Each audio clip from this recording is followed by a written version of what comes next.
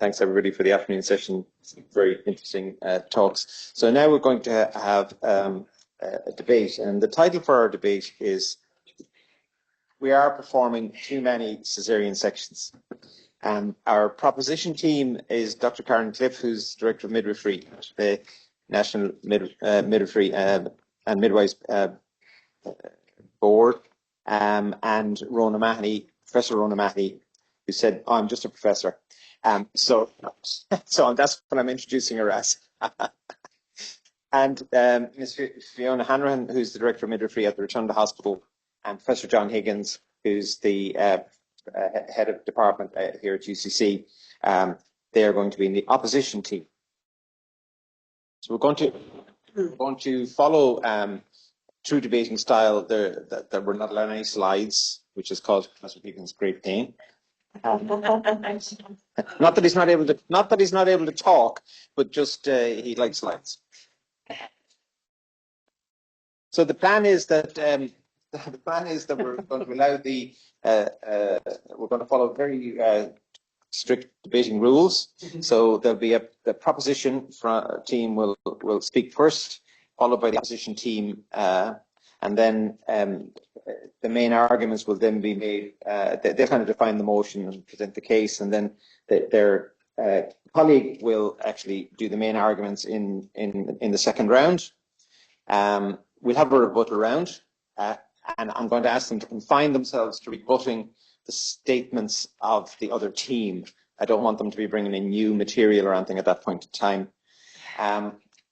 Then we'll have some audience questions and comments, including online, hopefully. And then we'll have closing statements. And after that, there will be some judging and voting. Now, I think we're going to get the audience involved from very early on here. So the first thing we're going to do is ask the audience for their comments or their vote on the title, the proposition. We are performing two caesarean sections. So is that up and out now?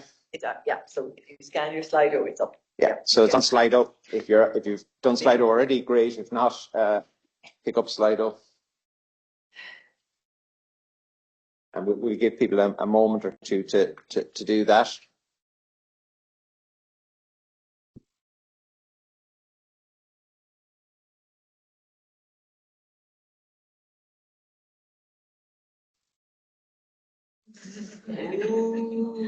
Whoa! Big preview. Yeah, I feel Italy coming on here. I think we can go now, actually. Yeah, it's done, isn't it? So now the teams have to kind of, if they can persuade you. So I'm going to start and ask Karen, who's going to be the first speaker for the proposition. First off, Paul, thanks very much. Your slides will well support our position on caesarean. So if anybody's in doubt, just download Paul's slides. Anyway, Chair, colleagues, thank you so much for the opportunity to speak today. So myself and Rona, we stand in support of the motion that we most definitely are doing too many caesarean sections. But let me be absolutely clear from the outset, caesarean section is a life-saving intervention, and there's no doubt in my mind on that at the same time. When clinically indicated, it is absolutely essential. It saves the lives of women and infants every single day. But that's not the question before us. The question is whether rates reflect true clinical need or whether they reflect something completely different. So let's think about physiological birth. So from a physiological birth perspective, and Sue Down, a well-renowned midwifery researcher, has done lots of work on this. Childbirth is not a problem to be solved. It's a complex, adaptive, biological process that, when supported, works very well for the vast majority of women.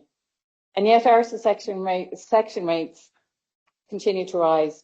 It's not because women's bodies are failing, it's because our systems are failing. So firstly, we're not supporting physiology. Physiological labour depends on very specific conditions: safety, privacy, continuity and trust. Instead, many of our birth environments are busy, interrupted, highly medicalised and risk-focused. These conditions increase stress hormones, which are absolutely necessary to drive normal labour. When labour slows or stops, we label it failure to progress. But we must ask, is it the woman who's failed or the environment in which we've placed her? Secondly, the cascade of intervention. Too often, caesarean section, it's not the starting point, it's the end point. We see a familiar pattern. First off, induction of labour, epidural analgesia, continuous monitoring, reduced mobility, suspicion of fetal distress, and then caesarean section. So each step alters physiology. None are neutral. But by the time we reach section, we're often responding to a situation that we've actually helped create. They're not always unavoidable emergencies. Many are predictable consequences of intervention-led care. Thirdly, we're over-interpreting risk. Modern maternity care is deeply shaped by risk, but risk is often treated as binary, overestimated, and managed defensively. Women are labelled high risk for marginal or theoretical concerns, and thresholds for intervention become lower and lower. But childbirth is not risk-free, and it never has been. The goal is not to eliminate all uncertainty. The goal is to respond proportionately. And that's basically the key, proportionality. When section becomes the default response to uncertainty, we move from care to control. Fourthly, caesarean section is not benign. We must challenge the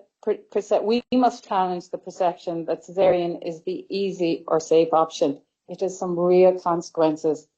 Surgical risks for the mother, increased complications in future pregnancies, disruption to neonatal adaptation and microbiome. And we heard about that this morning. And importantly, these risks accumulate across a woman's life course. Every unnecessary caesarean today increases complexities tomorrow. This is not just an individual issue, it's a population health issue. And then fifthly, and my last point, we've lost trust in normal birth. Perhaps the most concerning issue is culture. We've medicalised normal processes, amplified fear, and reduced confidence in women's bodies. And in doing so, we have normalised intervention, but physiology has not changed. We've changed our belief in it. When trust in birth is lost, intervention becomes inevitable. So what's the real issue? The debate is not about being for or against caesarean. It's about appropriateness. We know that when we provide continuity of care, midwifery-led care, and supportive environments, caesarean rates fall without compromising safety. That tells us something very crucial. High section rates are not inevitable, they are modifiable. So in closing, let us return to the central question. Are we doing too many caesarean sections? Most definitely. It disrupts physiology, inflates risk, creates intervention cascades, and erodes trust in normal birth. Then the answer must be yes. We're not seeing more pathological births. We're seeing systems that are less able to support physiological ones. And until we change those systems, we will continue to do many caesareans, not because women need them, but because our models of care produce them. Stop you there. And yeah, I know you're coming closer and closer.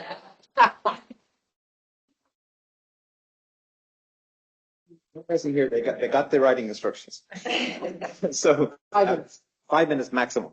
So Fiona is going to now give us the opposition teams. Terrified, traumatized, out of control, out of my comfort zone.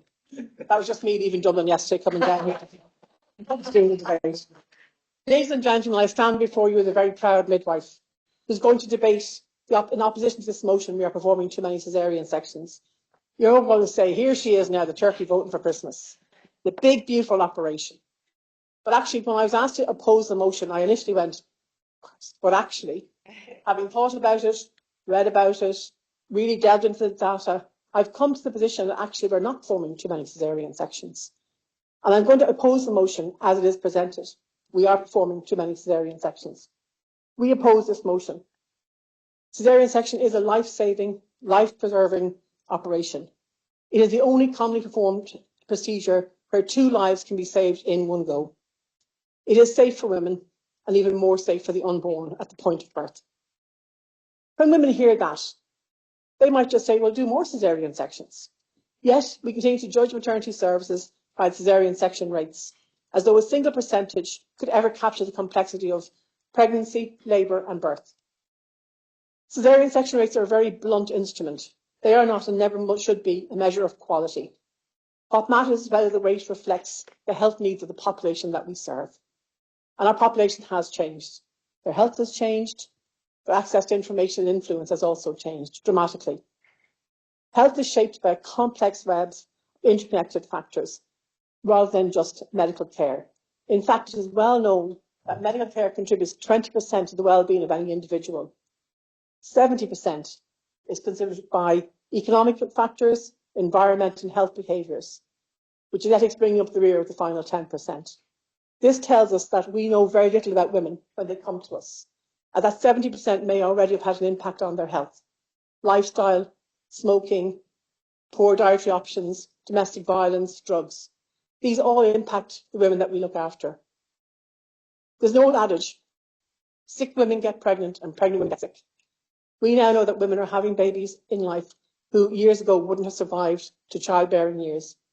Women with cystic fibrosis, complex cardiac diseases, autoimmune diseases. These women have fought to stay alive and are now fighting to have families. They come to us with courage and vulnerability, with the expectation that we will keep them safe.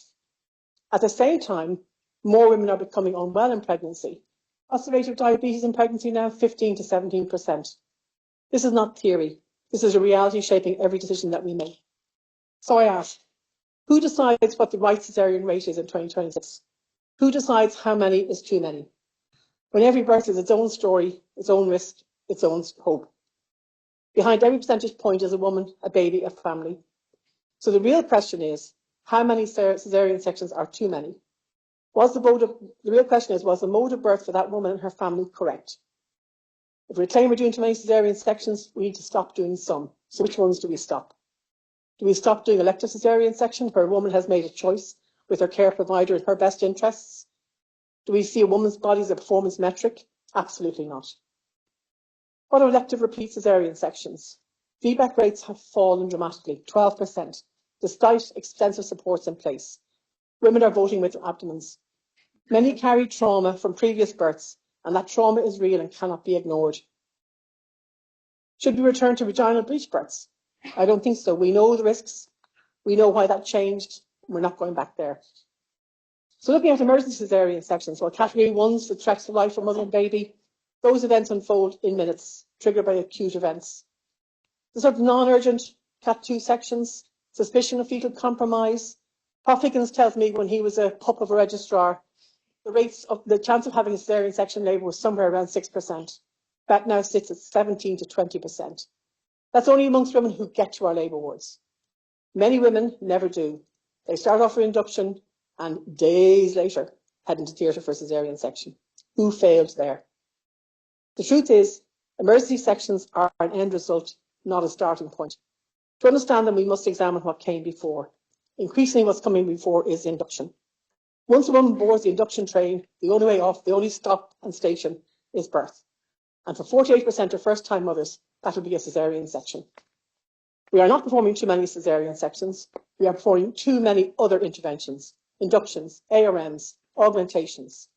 The IMAStat of 2025 tells its own story. Inductions, 30%. Caesarean, 43%. Assisted vaginal deliveries, down at 14%. This is not a story of excessive caesareans. This is a story of excessive intervention leading to caesareans. What we're not talking about is lack of birthing options.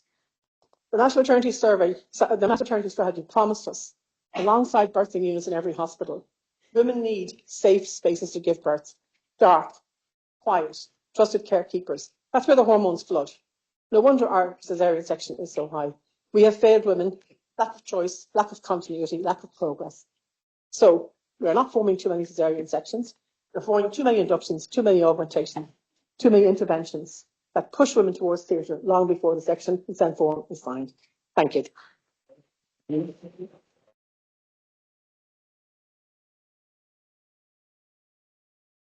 Well, I'm giving them a little grace, but they're doing good. I focus past the duck person.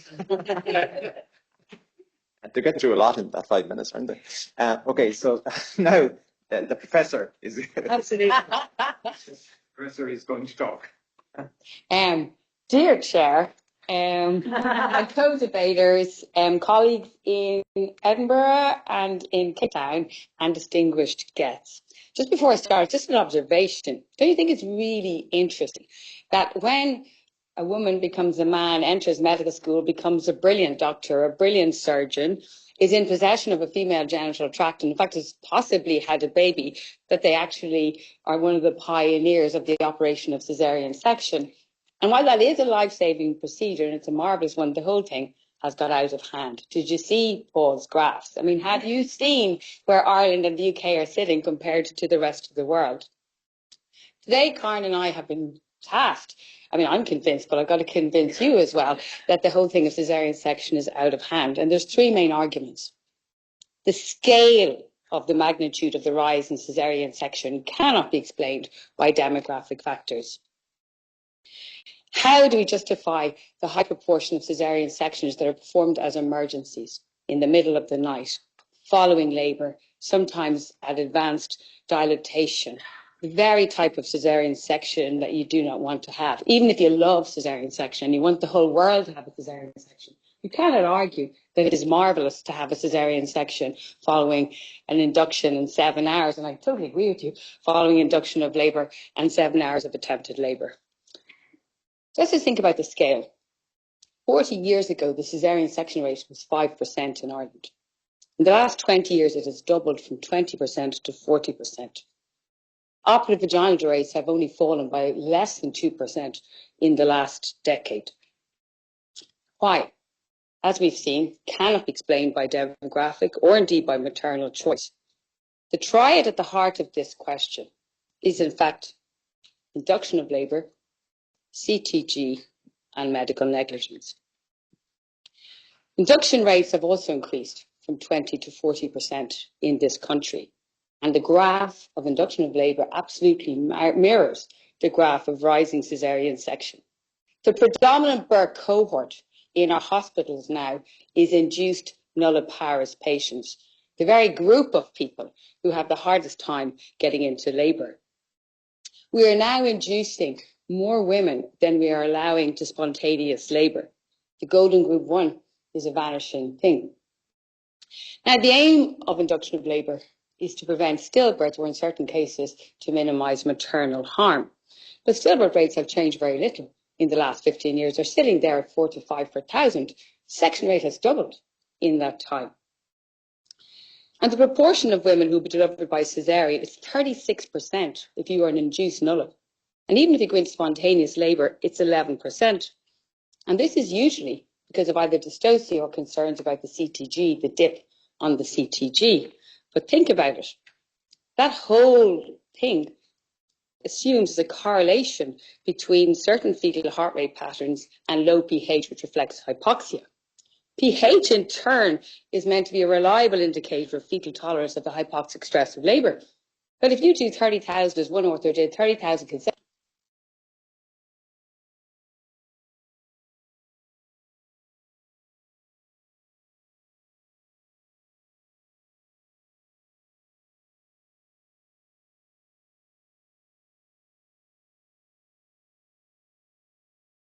or deliver reliable, evidence-based emergency caesarean section at 4 o'clock in the morning. The rate of HIE is 1 per thousand, and it's been 1 per thousand for a very long time now. So how do we, even as we heard earlier, section rate of 15 to 20%, maybe we say that at that rate we are making some contribution to lowering HIE. But get yourself to 40% and you're really not having much impact. It's a hell of a lot of abdominal surgery, and it's the women who are enduring that. And you can blame personal interpretation of CTG, but if you want a lesson in CTG, just ask a medical negligence lawyer and they'll tell you all about a dip on CTG. We have no risk appetite left anymore. We are delivering earlier and earlier and earlier at the slightest hint of a drop in CTG because we know where that story is going if there's an adverse outcome. So the big thing is the type of caesarean section. Not all caesarean sections are the same. As I've said, the worst type is the emergency section. The section at full dilatation, that's increased by 55% over the last 10 years. And sections at advanced dilatation, all associated with hemorrhage, subsequent preterm birth, subsequent uterine rupture, placenta accreted disease, and indeed the wish, because you've had such a horrible experience, the wish to have an elective section, which is now accounting for 1 in 4 of our births. So if, in fact, asking for an elective caesarean section with maternal choice is probably the most rational context of all in which to have a caesarean section. Ladies and gentlemen, in conclusion, we cannot justify the magnitude of the rise in caesarean section. It is not happening in other countries. We are like the UK, we are complete outliers in this regard, and that begs questions. And even if we adore the concept of section, we cannot justify the magnitude of sections done in labour and advanced dilatation with all the attendant risks to women. We have a particular problem with sections following induction labour. I mean, how else do you make a woman more miserable than to sit on an antenatal ward for 2 days and then perform a caesarean section? So, can I put it to you? We are absolutely performing too many caesarean sections, and we're performing in the wrong context. Thank you very much. Professor Higgins, for the last one. One thing I'll just say, and this is based on 1 versus 2, so I have a second one to go in my file. But midwives are much better than keepers. And I've timed this, and I'll tell you when I'm starting. Just for a second, and I do have to say add my words of welcome to everyone to Cork and here to UCC and the College of Medicine. And I thank the organisers and congratulate them. And I don't thank them for inviting me to give an opposition speech to something which has already been decided by the audience. I do not like slides for debates. I've argued against them at the 4 debates I've taken part, but in all 4, I've had to start the debate with the vote beforehand being over 90% against. So I'm beginning to feel a little bit done. I had some beautiful slides in preparation, not ready when I was informed yesterday, was it, that we weren't to use slides. But one in particular, I'm going to ask you when I come to it, to use your imagination. Somebody must be thinking, what's my scoring system? And points for presentation, our slides would have been the most beautiful slides you've ever seen. Caesarean section is an input.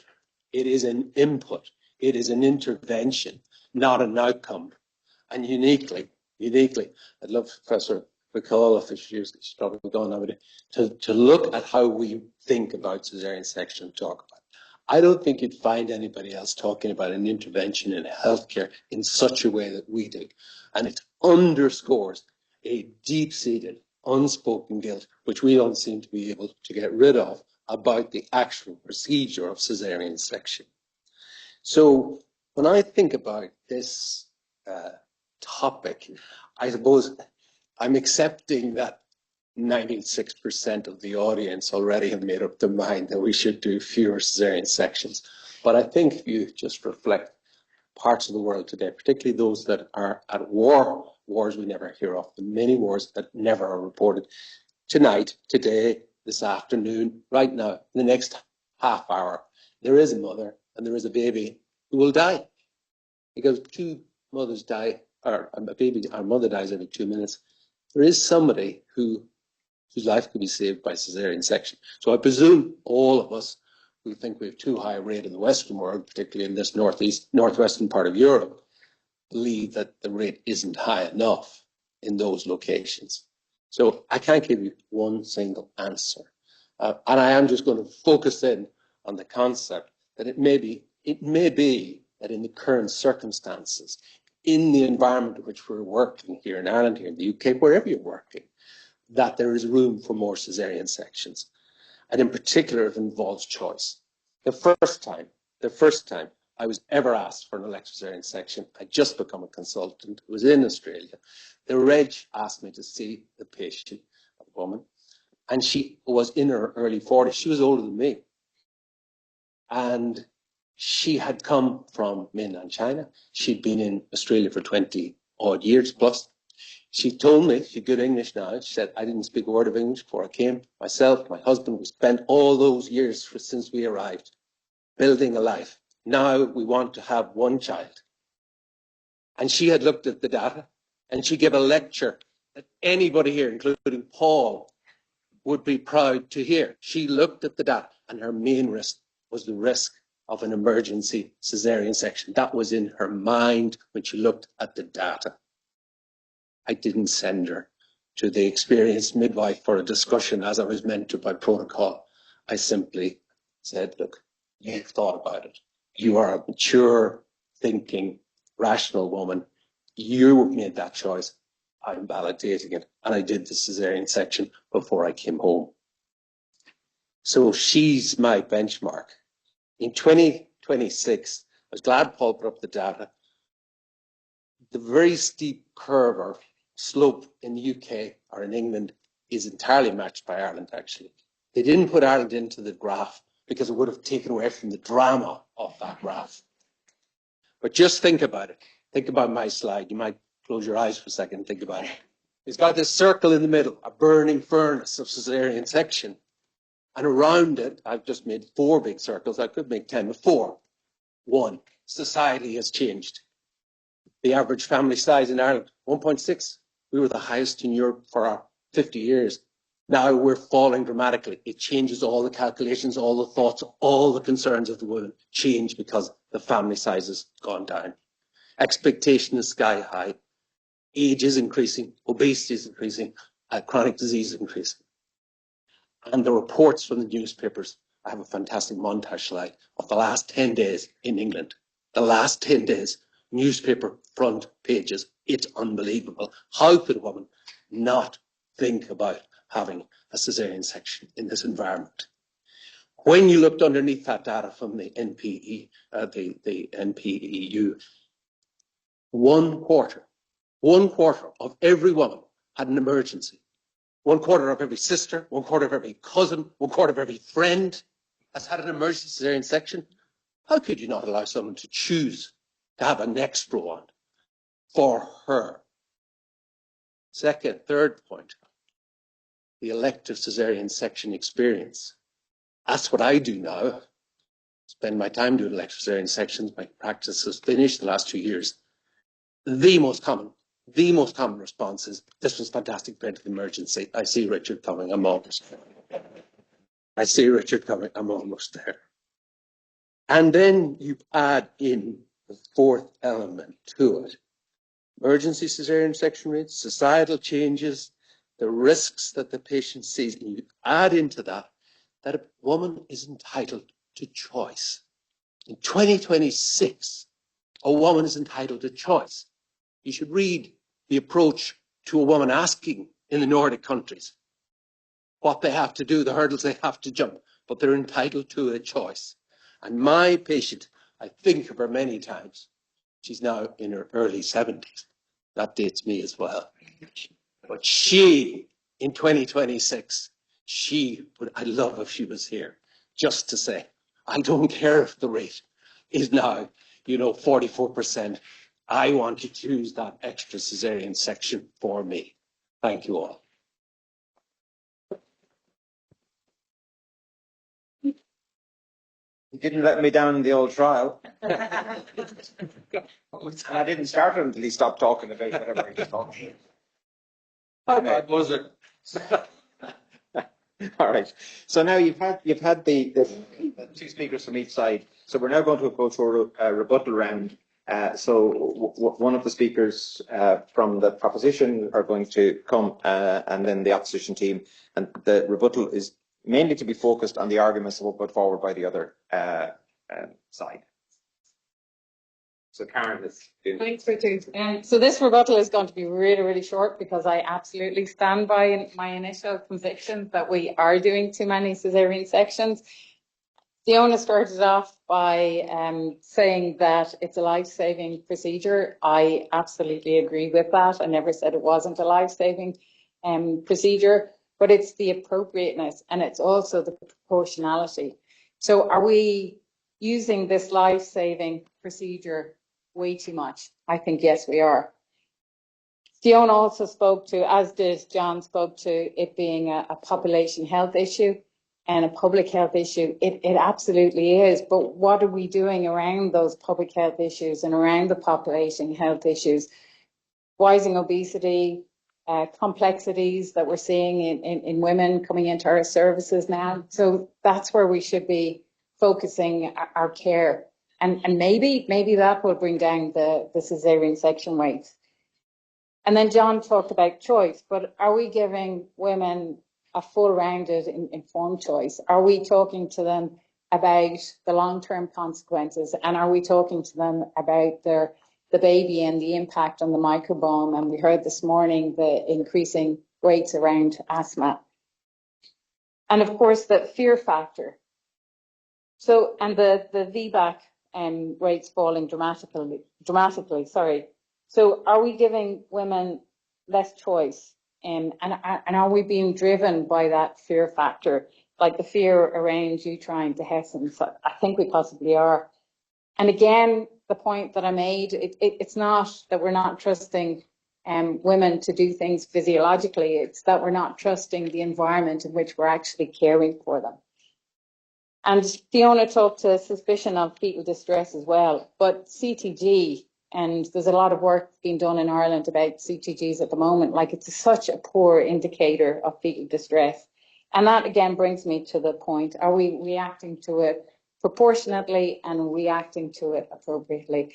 And as I said, I stand by my convictions that we absolutely are doing too many caesarean sections.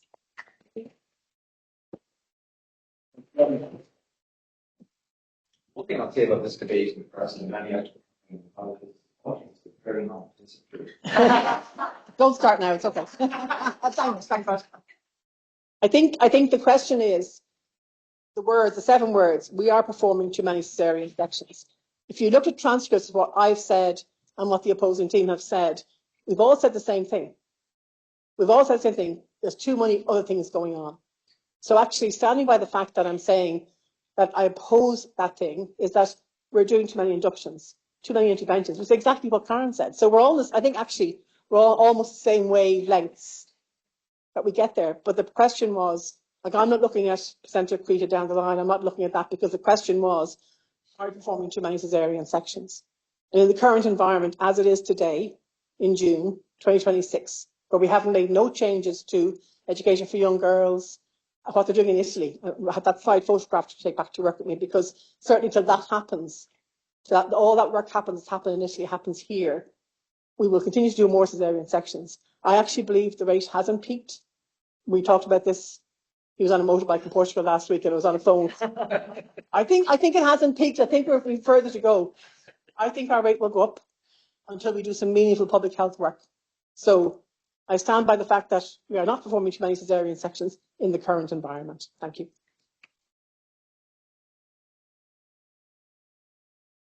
Now we're going to have the closing statements. Actually, no, we're going to have audience questions. So I don't know if we have any on Slido.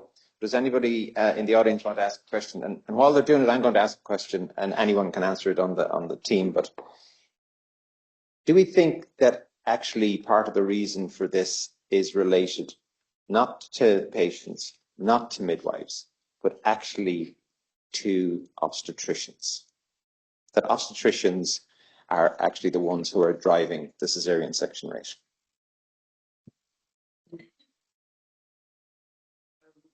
Can I answer? Yeah, whoever wants to answer. Yeah, I had to have a question ready for the. But it's not surprised by the question you've asked. I'm going to answer no in the round. It's not a black and white, but I'm just giving you my view over a long period of time in practice. By and large, we follow rather than lead, and I think it's I think we overestimate generally both obstetricians and midwives our impact in the whole changing issues around childbirth. We overemphasize our impact in the differences between countries. They reflect much more broader societal, cultural attitudes that are there that we don't necessarily set. It's not that we don't contribute. I'm not saying that, but I think overall there is a much bigger input to the trend coming from within society. I'm going to reflect on why. The one thing that wasn't mentioned, which I left out purely on time, was the response to CTG and monitoring. Because I think if we were to contribute something as obstetricians, a big, bold, change that might change this dynamic or turn off a bit of this cauldron, I think it's to find a reliable, hopefully AI monitored, validated, credible method to monitor fetal well-being. If we could do that, and it's easier than sending a man to the moon or something like that. If we could do that, we would remove a huge driver, because the CTG is probably the worst thing that has gone to the healthcare system in the Western world. It is a disastrous mistake. I agree. Yeah, Then we opposition agrees with you. Vote for John and I, we do agree. So actually, there was another question very similar, but you don't have to answer it. But it's a very similar question. You talk about choice, but is the choice for the woman or choice for the obstetrician? So I think we've kind of covered that. Risk of intervention should be held to the same standard as risk of waiting, doing nothing. Do you agree? And if you do, why? Yeah, sorry. The risk of intervention should be held to the same standard as the risk of waiting and doing nothing. So in other words, Yeah. you can sit and do nothing and see what happens, or intervene, and they should be held to the same standard as. It's the arrived trial, isn't it? It's the arrived trial, probably, yeah. That's a good question. I'd like to say that. Any of you want to have a go at it? Do the panel believe that Ireland could follow Italy's example and California's 24% and reduce the caesarean section? Do you believe Ireland could do that? Yeah. Yes. But, okay. So who do you think we need to pull together? It's not. I don't think it is just obstetricians and midwives, and I don't think it's just patients. I think it's society, isn't it? I think it's probably government. Yeah. We probably need the women politicians of Ireland to do what Italy's women politicians did and get involved in this process. Yeah. Is that what happened? Yeah, that's what happened. Huge thing. Social media is massive. Yeah. Influencers. So there we go. The influence fever, even in the living. Anyone in the audience have a question? Yeah. Tamara has a mic. Oh, there's a mic up there, actually, isn't there? Oh, my. It's actually a comment, Richard. Okay, comment, yeah. I agree with Fiona that both sides were arguing the same points at several stages, and what you both have said is there's too many inductions being done, failed inductions, and also the caesarean section of full dilatation. So maybe, obviously, I can understand the title of the debate, but I think perhaps the debate should be management of labour and induction of labours, unnecessary induction of labours. Yeah, go ahead. That doesn't get around the fact we are doing that, and therefore we're doing too many sections and too many of the worst sections. This is the whole point.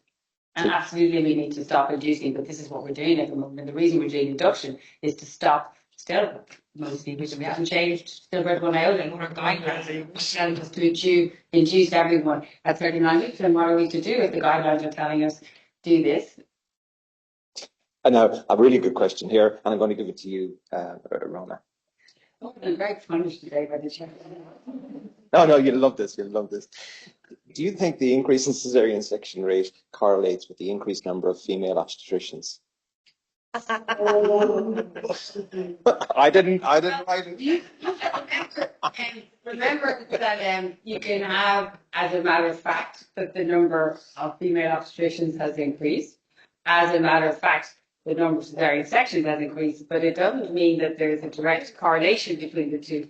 The reason for it is, as I said, I'm back to the same reasons. We are all practicing the same, we are trained the same way. I don't think women are any different, as less capable or more capable than our male colleagues, but we are operating in the same environment. And can I just tell you all, we're operating with high rates of induction of labour. We're operating on the basis of CTG in a highly litigious environment where no one will tolerate a single dip in CTG, and where CTG is a very poor tool if you're looking to determine whether or not a baby is actually at risk of HIE. And that is the crux of the matter. Demographics do play a role, for sure. Our patients are older, obesity, all these things have an influence in the cesarean section, but that's not the full picture. We are outliers. We and the UK are absolute international outliers, and the rate at which our cesarean section has increased from 20% to 40% in the last 20 years begs questions and must suggest to us that we are doing far too many cesarean sections when the very things that we are trying to prevent have not changed particularly, and that is stillbirth and HIV. Well, fair enough. So can I just ask, here's a question from somebody and then I'll go to Kathy. Has a society ever existed where more cesarean births occurred than vaginal births? If it didn't survive, what do you think? Give me a good try. What do you think for long-term global health? Anybody want to have a go at that? Well, All I can think of when I'm reading that is, I don't know if any of you ever remember that famous movie called E-Wall-E, where the whole human race can no longer walk or function or anything like that. So that's all I can think of. Yeah. I read a very few nice articles. I read quite a few actually the last few days. I appreciate including that one, Paul. But this was my favorite quote: "The evolutionary constraints imposed by bipedalism, encephalization, and secondary altruicity make human childbirth distinct and significantly more difficult and dangerous than non-human primates." So look, there is something going on. I mean, the human head, you've got to read this article to get the rest of it. Human head is getting bigger, and it reflects the fact that brain development has continued to evolve. And altruicity, I didn't know what it meant, but it means that the children are born, in contrast to other primates and other mammals, maybe, quite helpless, and they need a huge input. And I can say at this stage in my life, they generally need 6 children, but they need care until their 30s. So, the point is that actually we have already evolved as species. We have evolved into a space where childbirth is much more difficult than the other primate species, and that's something that may be inevitable regardless of what we're doing. I come in with that step. It's not how we have babies. Anyone notice we're not having any babies anymore? The fertility rate is dropping. Our fertility rate is now 1.4, and it's dropping the whole time. Meanwhile, our population is growing because we've a relatively young population. We have a migrant population. But by 2013, 1 million people in this country will be aged over 65. So the whole age structure of our population is changing. If 25% of our births are to women who aren't Irish, so if you take that out again, the birth rate within Irish people is even lower again. We are not having enough babies to sustain the population, so we're not alone in that. 2/3 of countries globally at the moment have fertility rates well below 2.1 and dropping all the time. So we're currently relying on sub-Saharan Africa and parts of Asia to maintain fertility rates that will ensure that we replace our population. So what will happen? So we can, for our population to survive growing aging people who will require pension, more health care, you have a smaller group of people trying to support that. So we're either going to have to work harder, work longer, and bring in migrants, which is the wild card, or try to persuade women to have many more babies. And can I just tell you, loads of countries try to persuade women to have lots of babies, but it just doesn't work. And no matter what you do, you can give them tax bonus, you can give them tax exemption, you can pay off their loans. You can pay for all the childcare, you can give them fancy dating apps, you can give them free postnatal care, you can give them super luxury free postnatal care, but they will not actually increase their birth rate. So the major challenge facing obstetrics actually isn't cesarean section, vaginal delivery, CTG, induction of labour. It's the fact that we won't be having enough babies to sustain our population into the We'll be future. out of a job. Okay, so on that point, I'm going to bring this one. Okay, I'll let that question go ahead, and then yeah, please, sorry. You say reduce the rate of cesareans, but we've been trying to do this, I would say, for the last 15 years. And all that's happening is that they've gone up. And our card, as it were, our feeling, women's feeling about how they're cared for has gone down. And there has been revamp clinics, there have been well, you can't do an induction, you can't do a cesarean, please don't do this, a direct. It has made no difference. And I really think we're barking up the wrong tree. I think we just have to accept where we're at and have the cesareans as the safest thing we can with the best education for the people who are doing them. Because I don't think we should put huge effort into reducing cesarean section rates to no effect. Thank you. So I'm just going to get it sort us all out here, because somebody has put a comment in here to say that we're all wrong. It's cesarean birth and not cesarean section. So we're getting corrected in our language. So I'm going to bring that piece to a close, just to remind the audience, both online and here, that please, if you haven't got Slido, please get on it, because you're going to have to be voting in a little while. And I'll give you the guidance on that in a moment. But now we're going to just have the closing statements, first from the proposition side, and then from the other side. So you Stand up.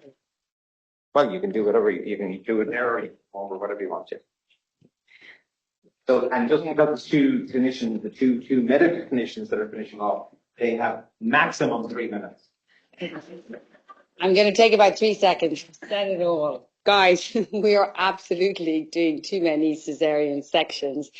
Ourselves and the UK are absolutely international outliers compared to the rest of Europe, which are also high income countries. We are quite different. Cannot justify a 20% rise in caesarean section from 20% to 40% of births in the last 20 years. And we cannot explain it. It's not purely based on demographics, although that is making a contribution. The reason we are doing the caesarean sections is not based on robust evidence-based science. It's based on a poor tool called CTG. It's based on over-intervention. It's based on an induction of labour that is not delivering a lowering rate of stillbirth that we are looking for. We are using a massive intervention to achieve precisely nothing for that aim. Our 40% caesarean section has done little to reduce the rate of HIE, which is a risk factor for cerebral palsy. And indeed, Ireland doesn't have a cerebral palsy register, so we don't know what the cerebral palsy register is. But we can infer from other countries that there's been very little change, a modest decline in rates of cerebral palsy, probably related to therapeutic hypothermia and better management of preterm infants. We are doing the wrong type of caesarean sections. And even if you decide that caesarean section is a fantastic operation and that everybody wants a caesarean section, nobody really wants a caesarean section in labour or advanced dilatation, because there are genuine risks and you cannot dismiss those risks. And I appreciate there are risks also with vaginal delivery, but there are risks with caesarean section. Hemorrhage, baby's more likely, if it's following induction of labour, to go to the unit. You're more likely to have a section for your next delivery because your experience has been horrible. We do increase the risk of placenta creta syndrome, and that is a very serious long-term complication. So both the short-term morbidity, infection, hematoma, wound infection, short-term morbidity can really impact those early days of having a baby. But the long-term morbidities can really impact too, and they can kill people. So it's not just a matter to dismiss. And if we do come to the whole concept of choice, and say to women that, okay, you can choose, and I believe in that, you can choose to have vaginal delivery, you can choose to have a cesarean section, but that's not what we're offering women at the moment. The women who embark on induction of labour are choosing vaginal delivery. That is a planned vaginal delivery, but that planned vaginal delivery, in 35% of cases in the largest birth cohort, induced nulliparous patients, results in an emergent caesarean section without any great evidence to support it. And tell me that's a good thing, because it isn't. So I stand by you today and I say to you, we are doing not just too many caesarean sections, but we are doing far too many of the very worst type of caesarean section. And it is women who are suffering the morbidity of that, both in the short term and in the long term. And we are not achieving the goals through which we are arguing to women that this is why we're having these interventions. Thank you. I'm glad to say you're going to be speaker, like most barristers. Talking. John. It's just 3 minutes. I enjoy We're just trying to, myself and Fiona are just trying to bring some balance to this, a little bit of practicality. If you looked at all the headlines, I wish I had that slide. It's just a fantastic slide. I said to them, to the office, look, in the last 10 days, last weekend, the weekend before, that's the limit. Can you see what front page headlines there are in the United Kingdom because of what's happening there in terms of Leeds, Nottingham, the National Dame Images, a review. And it's unbelievable, you see it. All we're saying is that there is an environment which has been clearly demarcated. There's a medical legal issue, there's poor monitoring. There's an environment, though, which a woman wants to have a baby. She's entitled to have a choice. And somebody said it. Imagine if we just didn't agonize over cesarean section. Imagine if we were working in our equine industry down in Kildare, where we have 100% cesarean section rate. They wouldn't dream. They would not dream of delivering, a valuable foal. I mean, think just about that from pure monetary. They would not dream of delivering it except by cesarean section. So I think, from our perspective, if we could just accept that the environment overall has to change in a big way. We need that big, bold change in monitoring. Drop the CTG, look at other methods, come up with something else that's reliable and accepted legally, professionally by government. And that opens a window for start to unwind. But between now and then, women are going to choose. Women are going to request. They are going to ask, and I don't believe in 2026. This is something my mind would have changed over the 30 years. I don't believe anymore in telling them if they don't agree with me, they need to read more. If they don't choose what I choose, they're not informed. Sorry, they are informed. They're never been better informed, and they're making a choice in the environment, in the world, in the society in which they find themselves having a baby. Thanks very much.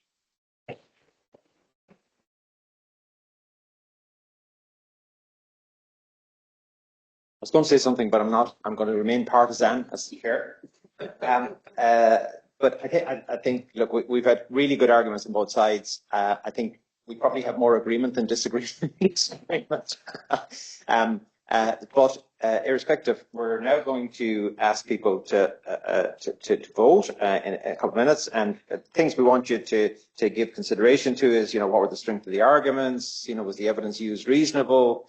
Were the team cohesive in their approach? Did they bring clarity in delivery? And was the rebuttal process appropriate? So those are the kind of things that you have to give thought to. And we'll just get people to vote now. Yeah, it's up and ready for you to go, so you can vote away. And in the meantime, I'd just like to say thank you very much to the four speakers, Karen, Karen, John. Geez, I've lost my names. Yeah, I'm on the wrong side. I'm on the wrong side of it. So Rona and Fiona, sorry. So for taking part in this, for being good sports, and for giving us at least food for thought. So thank you very much indeed. But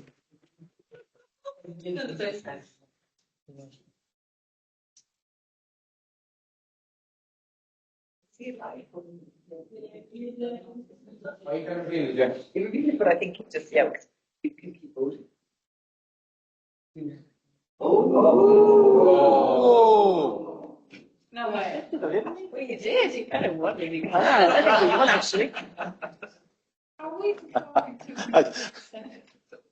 So you think we're not? We are performing too many cesarean sections. So 54% don't. I'd say we are agreeing that we are performing too many. So 54% are just ahead, which brought it down from 90. That's, I think, it was. So I think we've ended up in equipoise about this issue, and that we don't know what the. We disagree. Hold on a second, Chair. 54% disagree that we are forming like. Hold on a second. We are performing too many cesarean sections. That's the statement. Disagree. Oh, sorry. I won. It was never at any time.